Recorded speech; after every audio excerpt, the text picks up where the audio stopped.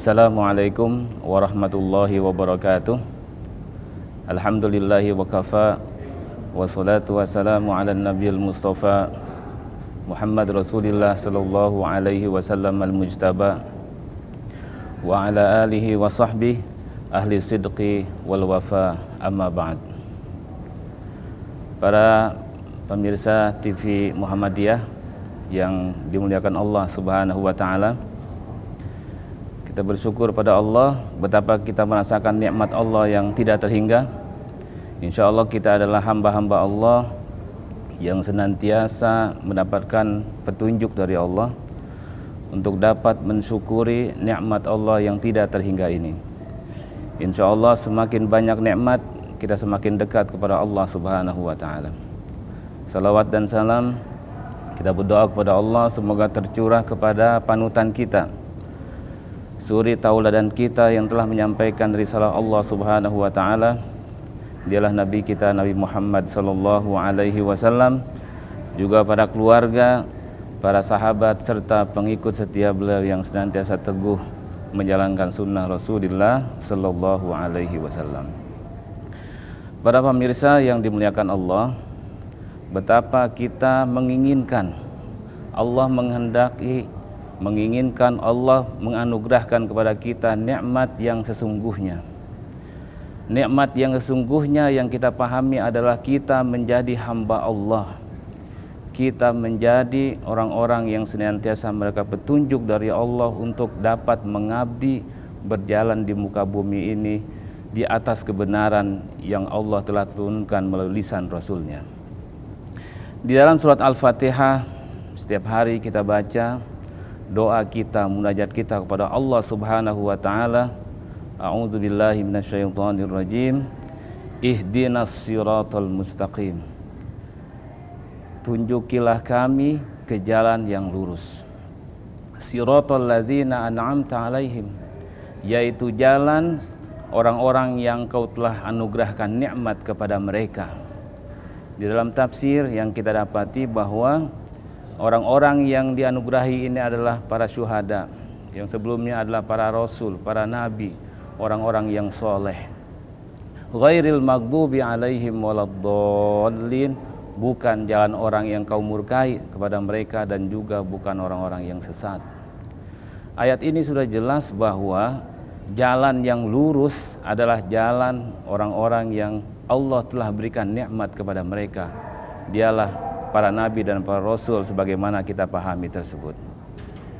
Para pemirsa yang dimuliakan Allah, jalan yang lurus, pertanyaan dari kita adalah bagaimana mereka-mereka yang dalam tafsir adalah orang-orang yang dianugerahi oleh Allah nikmat yang luar biasa tersebut.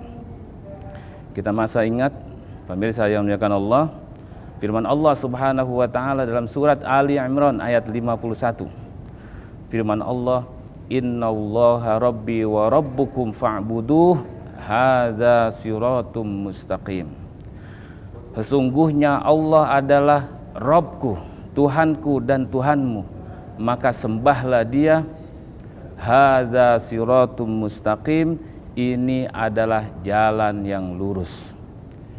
Ayat ini, para pemirsa yang dimuliakan Allah, adalah ayat melalui lisan Nabi Isa alaihi salam yang diabadikan di dalam Al-Quran. Nabi Isa menyatakan kepada para pengikutnya, sesungguhnya Allah adalah Tuhanku dan Tuhan kalian. Jelas ini sekaligus merupakan bantahan dari apa yang dipegang oleh kaum Nasrani, yang bisa jadi menyatakan bahwa Dia adalah anak Tuhan, bahkan Tuhan. Nauzubillah dari pemahaman dan ucapan ini. Jadi untuk berjalan di atas jalan yang lurus adalah berdasarkan ayat ini adalah dengan mengabdi kepada Allah, menjadi hamba Allah, yang kita pahami adalah Abdullah. Karena abdun itu mengandung makna azul wal khudu', tunduk, patuh dan taat, yaitu kepada Allah Subhanahu wa taala, bukan menjadi hamba-hamba yang lainnya. Ayat yang senada kita dapati juga dalam ayat yang lain. Sebagai contoh dalam surat Az-Zukhruf ayat 64, firman Allah Subhanahu wa taala, "Innallaha huwa rabbi wa rabbukum fa'buduh hadza siratum mustaqim." Innallaha huwa, sesungguhnya Allah dialah Tuhanku dan Tuhan kalian, maka sembahlah Dia, ini adalah jalan yang lurus. Jadi perbedaannya antara Ali Imran ayat 51 dan Az-Zukhruf ayat 64 adalah di Az-Zukhruf ayat 64 ada tambahan huwa, innallaha huwa.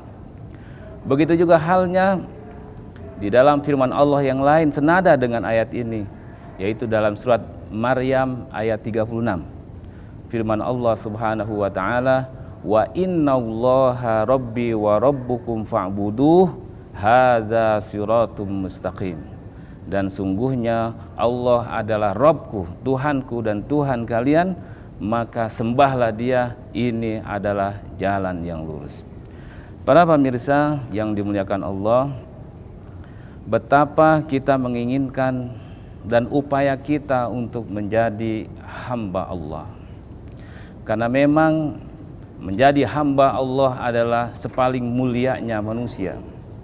Dan memang sebagaimana dalam surat Az-Zariyat yang kita pahami, bahwa tidaklah kita diciptakan oleh Allah kecuali untuk menyembah Allah, untuk mengabdi kepada Allah.